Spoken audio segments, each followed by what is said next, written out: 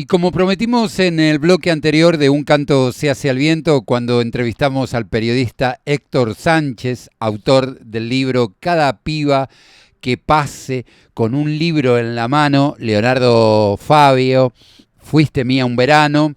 Estamos en comunicación telefónica ahora con Nico Fabio, quien nos va a hablar y va a completar esta historia alrededor de esta canción que él mismo también versiona dentro de su repertorio. ¿Cómo estás, Nico? Fernando Pellegrini te saluda aquí desde Un canto se hace al viento.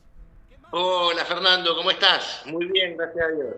Bueno, leíste el libro, imagino. ¿Qué mirada tenés sobre este libro que tiene una cercanía a vos y a tu historia muy fuerte?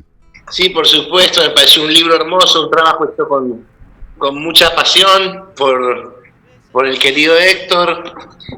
Y bueno, la verdad que una canción tan maravillosa que ha trascendido todas las modas, el tiempo y bueno, merece tener un libro, claro que sí. Aparte que fue un gran éxito a nivel récord de ventas y de escuchas, y que aún pasados los años sigue siendo y sigue representando dentro de la canción popular un hito.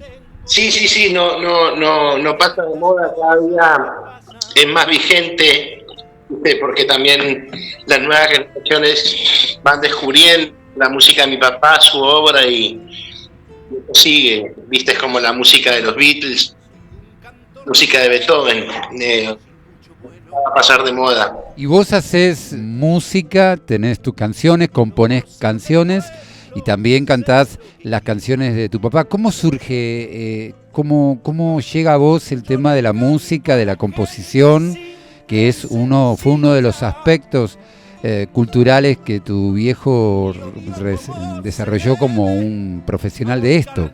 Bueno, en mi casa siempre estuvo la música presente, ¿no? Una familia de... Mi mamá tocaba la guitarra, el piano, mi papá también, dentro de casa. Entonces la música era algo que estaba ahí a la... Y de repente, bueno, se transformó en algo que me apasionó tanto que seguí por ese camino. ¿Cómo era ese Leonardo Fabio que todos conocimos a través de su cine, de sus actuaciones y de sus canciones, pero cómo era como papá? Es tan mágico como artista. Mi papá y mi mamá ambos eran personas muy creativas, no te podías aburrir con ellos y la pasábamos muy bien. Era un padre muy tierno. No sé cómo sea el rol de padre de otros padres. Conmigo fue un padre maravilloso, muy tierno, qué sé yo, que estaba pendiente de todo lo mismo, muy pícaro, con un sentido del humor siempre a flor de piel, con la respuesta justa siempre para cualquier cosa, así que... Es justamente ahí donde la respuesta justa para cualquier cosa siempre él representó, siempre fue consultado en sus entrevistas, en sus desarrollos de exposición, siempre tuvo esa respuesta inteligente. Quedó como ese paradigma alrededor de su figura y me parece interesantísimo que vos también como hijo lo puedas demostrar, porque era su esencia, me parece, ¿no es cierto? Era así como lo que vos decís, tanto para afuera como para adentro. El tema del tener siempre la respuesta correcta a todo, ¿viste? Y muy creativo, tanto él como mi mamá eran dos personas como de otro planeta, te puedo asegurar. Yo creo que la gente que los conocía personalmente quedaban más encantados conocerlos abajo del escenario que arriba. Ambos con un amor hacia el prójimo, gente muy dada para lo que cualquier persona necesitara. Siempre estaban ahí para brindar su ayuda a quien lo necesitara. Gente muy especial, realmente. Y su etapa de exilio, vos acompañaste esos momentos que fueron tan duros y que hizo el regreso a la música. Desde que nací, más bien, acompañé todo desde que nací, sí, me crié con ellos. Entonces, primero vivimos en Mendoza, en la época de la prohibición, primero en La Plata, en la ciudad de La Plata, después en Mendoza, donde tuvimos un viñedo que mi papá hizo 18 kilómetros campo adentro, pleno desierto, no había nada, y ahí fuimos y nos metimos y mi papá armó un viñedo maravilloso con una laguna que regaba el viñedo, una laguna que no estaba, así que eso lo construyó mi papá directamente, y tuvimos una época muy muy feliz en el campo. Después nos fuimos para México y después para Colombia, donde nos quedamos viviendo 10 años. Y después ese regreso muy asociado con su cine, ¿no es cierto? Cuando volvió y esa posibilidad de hacer Gatica, que fue una de sus películas más importantes, como el cierre de una etapa de su realización como director de cine. Sí, un nuevo comienzo como director de cine, digamos. Entonces, sí, fue volvíamos de vez en cuando a Buenos Aires a visitar a mis abuelos.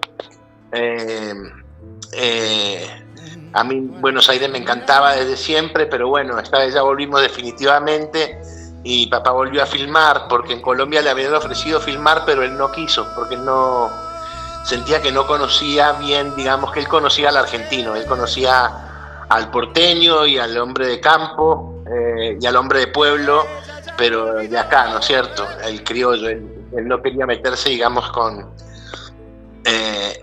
a filmar en Colombia por eso, aunque le encantaba el nivel actoral que tenía en Colombia, y bueno, y en esa época la televisión colombiana tenía unas novelas muy lindas porque al no haber industria en aquel momento cinematográfica en Colombia, toda la gente del cine estaba en la televisión.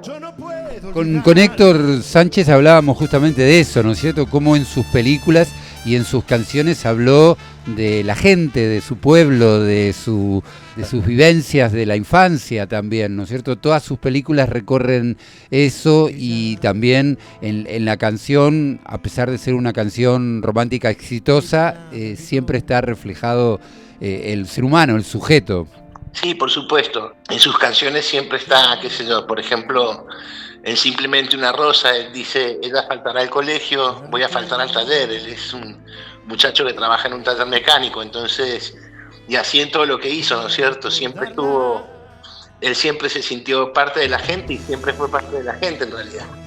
Vos tomás también la canción y rescatás Si mi guitarra canta como canta. Vos hiciste una versión, la de en vivo. Sí, también. Y bueno, con los tiempos que están pasando es imposible que no te nazca por querer cantar esa canción.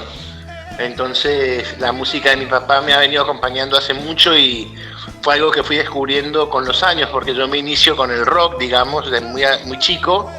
El rock es lo que despierta en mí la inquietud por la música, ¿no es cierto? Pero después empiezo a crecer y empiezo a meterme en otros géneros para ir buscando, ¿no es cierto? En la salsa, en el candombe, en el bolero, y a medida que voy creciendo empiezo como a tomar distancia y a mirar como desde otro lugar esas canciones que me habían acompañado toda la vida, que son las canciones de mi papá, que nacieron prácticamente conmigo, y algunas antes que yo y otras a medida que iba yo creciendo en el corazón de mi hogar, y empiezo a darme cuenta de lo o sea, que eso que para mí era tan natural y tan normal de todos los días, empiezo a darme cuenta de la maravilla que es tu música. Entonces empiezo a buscar la manera de poder versionarlas a las canciones a un estilo propio, ¿no es cierto? De poderlas, porque yo pienso que cantar como él es imposible, es inimitable. Entonces empecé a buscar como mi propia, entre mis influencias, la manera de ir haciendo de a poco algunas de sus canciones que cuando tocaba en bares o tocaba en cualquier lugar, la gente me pedía, ¿viste? Entonces de a poco fui como adaptando esas canciones que me parecen son tan profundas como bellas y sencillas al mismo tiempo, y tan cargadas de poesía, y bueno, entonces el tener sus canciones también me hace, digamos, a la hora de presentar una canción mía, trato de dar también lo mejor posible para poder mostrar algo que esté a la altura, digamos, de semejantes clásicos, ¿viste? Y también están tus canciones, porque vos tenés todo un disco destinado a las composiciones que vos vas desarrollando, que vas intercalando con las canciones de tu viejo. Sí, por supuesto, pero aparte las canciones de mi papá también son un poco mi brújula. Entonces, a la hora de escribir y de incorporar canciones propias, tienen que ser canciones que puedan ir de la mano con estos clásicos que ha dejado mi papá, que tanto disfruto yo como mis compañeros de grupo y la gente. Son canciones que siempre rememoran épocas maravillosas y son motivo de mucha emoción, ¿viste? En cada disco que he hecho he grabado mis canciones y de a poco he ido incorporando canciones de mi papá, ¿viste? A medida que yo iba encontrando un arreglo que yo me sintiera a gusto, siempre desde hace muchos años que vengo, digamos, así como Pipi Piazzolla hace la música de su abuelo, yo también hago la música de mi papá. ¿Y dónde podemos encontrar tu material? Decinos dónde la gente puede escuchar, en las plataformas. En las plataformas, en YouTube, entren a Nico Fabio Alquimia, que es el canal donde vengo subiendo todo lo que venimos haciendo desde el 2021 más o menos a la fecha. Y después en Instagram, @NicoFabio1, pueden ir viendo los lugares donde vamos a tocar. Así que para que estén ahí siguiendo la movida nuestra, ¿no es cierto? ¿Y vos con el cine te ves o no? No, yo soy...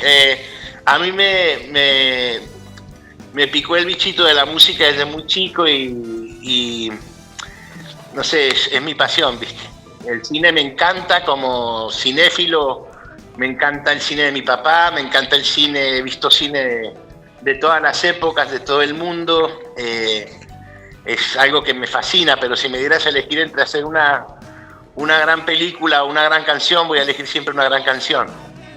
Que también tuve la suerte de participar con mi música en Aniceto, que es la última película de mi papá, y eso para mí es como, porque era algo que, digamos, que aunque tenía expectativas y sueños con la música, ser parte de una película de mi papá era algo que nunca se me había cruzado por la cabeza. Que tener una canción que cierre semejante película, para mí eso fue como tocar el cielo con las manos, ¿viste? Qué interesante esto que decís. Que grabó mi papá, como Si se atreve, en su último disco Fabio Eterno también. Que cantara una canción mía para mí fue como también algo muy valioso, algo que llevo como un tesoro adentro de mi corazón. Y también hay como un reconocimiento de un personaje tan importante como tu viejo, como Leonardo Fabio, hacia lo que su hijo construyó como camino, ¿no es cierto?, desde el ambiente artístico.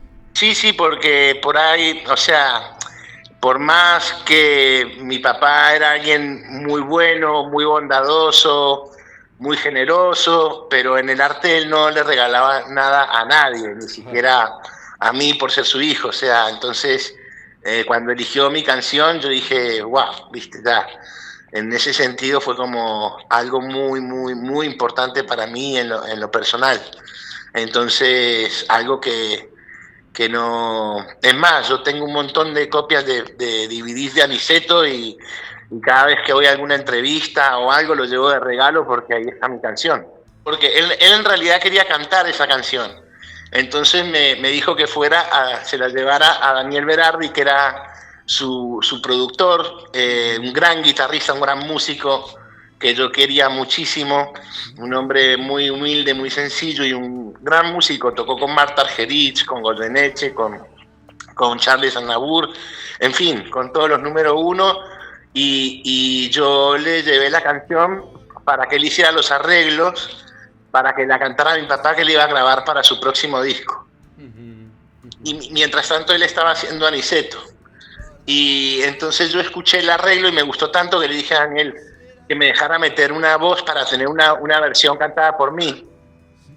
Y Daniel me dijo, bueno, dale. Y me metí al estudio, la canté, y a los 2 o 3 días se la llevé a mi papá, el arreglo, digamos, completo para que él lo cante, y le dije, yo me grabé una versión, le dije, a ver, mostrámela, me dice. Y le puse el CD, él cerró los ojos y la escuchó de principio a fin, y cuando la canción terminó, abrió los ojos y me miró y me dijo, te tocó Dios, Niquito, me dice, este es el final de Niceto. Y bueno, de ahí salí corriendo yo de la oficina a contarle a todo el mundo, a mi mamá, a todo el mundo que mi papá había elegido mi canción para el final de Aniceto. Y bueno, una alegría muy, muy grande que conservo hasta el día de hoy.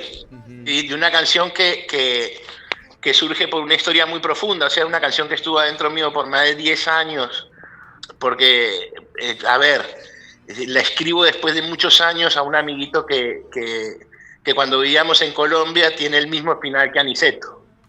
Entonces era algo que yo tenía adentro y como dice la canción, veo esa sombra que me dura y finalmente la volqué en esa canción, esa sensación amarga que tenía y se convirtió en esa canción y cuando mi papá la escuchó, bueno, y cuando la puso ahí al final era como que decir, wow, que viste, no lo podía creer. En el canal Alquimia está el video de Canción de Juventud con imágenes de Aniceto.